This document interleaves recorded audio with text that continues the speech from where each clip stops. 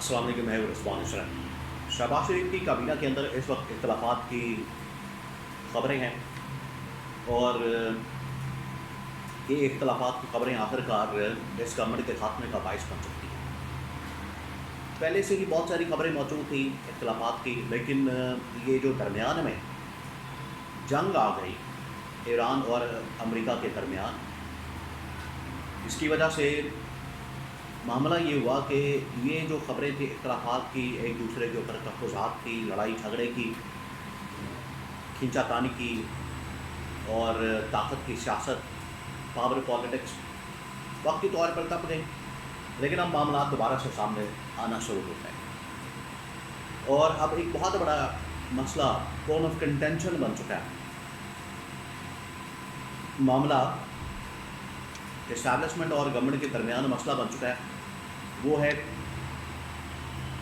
Constitution Avenue या constitution 1 के ऊपर मौजूद बिल्डिंग, जिसकी वजह से मोहसिन नकवी ने शहबाज शरीफ के ख़िलाफ़ बगावत कर दी है और शहबाज शरीफ का हुक्म मानने से इनकार कर दिया। इसके बारे में बड़ी अहम तरीन मालूमात मेरे पास मौजूद है। नंबर 2, क्या इसके बारे में इस्टेब्लिशमेंट कोई हल निकालने की कोशिश करेगी? इस्टेब्लिशमेंट के दरमियान में कोई मुदाखलत करेगी? इनके दरमियान कोई सालसी करवाएगी? इसके बारे में बड़ी अहम तरीन मालूमात। देखें, ये पाकिस्तान के अंदर एक बड़ा ही अनोखा मामला सामने आया। पाकिस्तान आपको पता है दो कौमी नज़रिए की बुनियाद के ऊपर बना, लेकिन आज जिस दो कौमी नज़रिए का जिक्र किया जाता है तंजन, वो ये है कि पाकिस्तान के अंदर दो कौमें मौजूद हैं, एक है एलीट क्लास और एक आम आदमी। तो दोनों के दरमियान ज़मीन आसमान का फ़र्क है। दोनों के ऊपर कानून मुख्तलिफ़ तरीके से अप्लाई होता है, कानून की नज़र में दोनों मुख्तलिफ हैं। इसकी एक बहुत बड़ी मिसाल अभी चंद दिनों में सामने आई, जब इमामबाड़ी के करीब वहाँ पर कच्ची आबादियाँ गिरा दी गई, तो कोई शोर नहीं मचा, कोई मीडिया के अंदर बात नहीं हुई, किसी ने एक दूसरे के ख़िलाफ़ गालम गलोच नहीं किया, कोई इख्तलाफात सामने नहीं आए, कोई मसला नहीं हुआ, क्योंकि वो गरीब आदमी, आम आदमी, उसकी आबादियाँ थी, उसके घर थे, तो तबाह बर्बाद कर दिए गए, गिरा दिए गए, बुलडोज़र मार दिया गया। लेकिन जैसे ही कॉन्स्टिट्यूशन 1 के ऊपर एक बहुत बड़ी बिल्डिंग को निशाना बनाया गया, टारगेट किया गया, उसके बाद ना सिर्फ उसके ऊपर टॉक शो शुरू हो गए, लोग मैदान में आ गए, कोई दिफा में, कोई मुखालफत में, और गवर्नमेंट तक मुखालफत और गवर्नमेंट तक इख्तलाफात सामने आ गए। ये थी वो बिल्डिंग, ये थी वो इमारत, क्योंकि वो अमीर की और उसके अंदर लोग भी अमीर, रहाइश पजीर, जिसकी वजह से ये मसला बन गया। मोहसिन नकवी जो कि इंटीरियर मिनिस्टर है, उन्हें किसी ने कहा कि आप इस इमारत के ख़िलाफ़ ऑपरेशन करें, कॉन्स्टिट्यूशन 1 के ऊपर ऑपरेशन करें।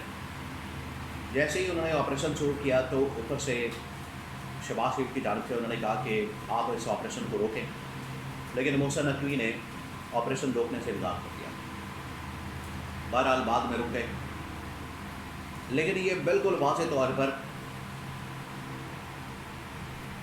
इस चीज़ का इजहार है कि मोहसिन नकवी ने शहबाज शरीफ की बात नहीं मानी, बल्कि उन्होंने किसी और की बात मानी, किसी और ताकतवर हल्के की बात मानी, किसी और ताकतवर शख्सियत की बात मानी, तब जाके ये मामला करा। तो इससे बिल्कुल वाज़ेह हो गया कि काबीना के अंदर मोहसिन नकवी जो कि इंटीरियर मिनिस्टर है, वो भी शहबाज शरीफ का हुक्म मानने के लिए तैयार। इसके अलावा फाइनेंस मिनिस्टर, उनकी जो टीम है, उसके ऊपर भी अदम एतमाद, फॉरेन मिनिस्टर सागदार और उनकी जो टीम, उनके ऊपर भी अदम एतमाद।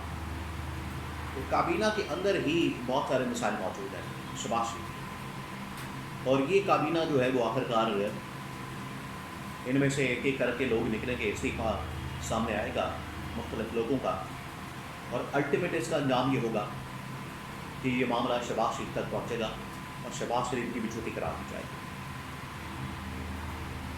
ये बिल्कुल वाज़ेह नज़र आ रहा है, बिल्कुल अब चीज़ वाज़ेह हो गई है।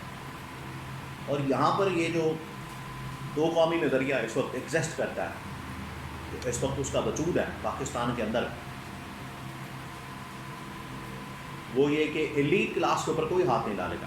ایلیٹ کلاس کو یہاں پر قانون کے اندر بھی چھوٹ موجود ہے، وہ چاہے لوگوں کے بچوں کو مار دیں، لوگوں کو زندہ مار دیں، سڑکوں پر مار دیں، ان کی بچیوں کو مار دیں، ان کو رون دیں،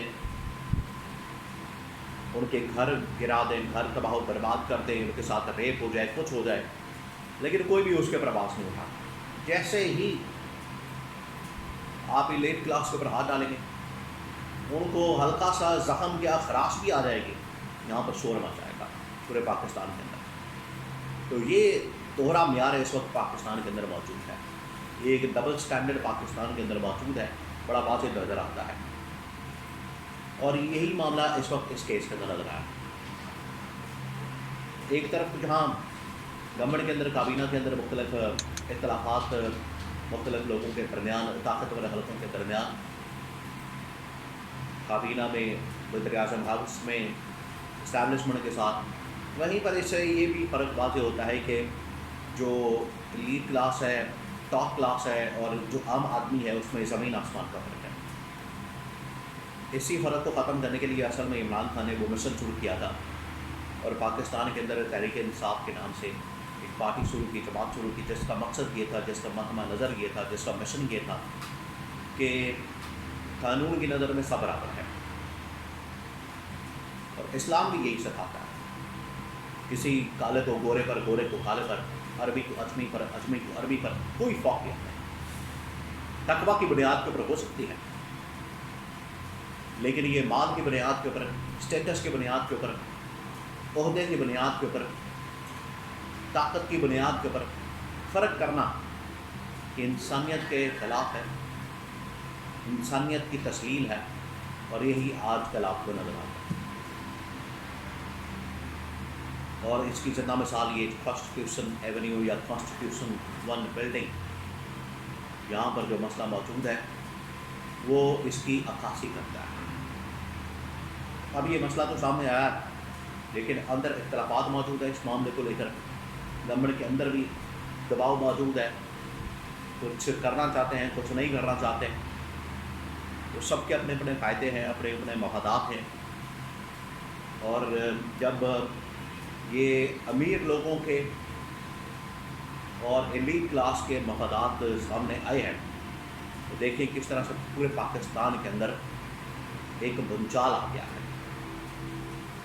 لیکن اکراس دا بورڈ اکاؤنٹیبلٹی یہ عمران خان کا مشن تھا.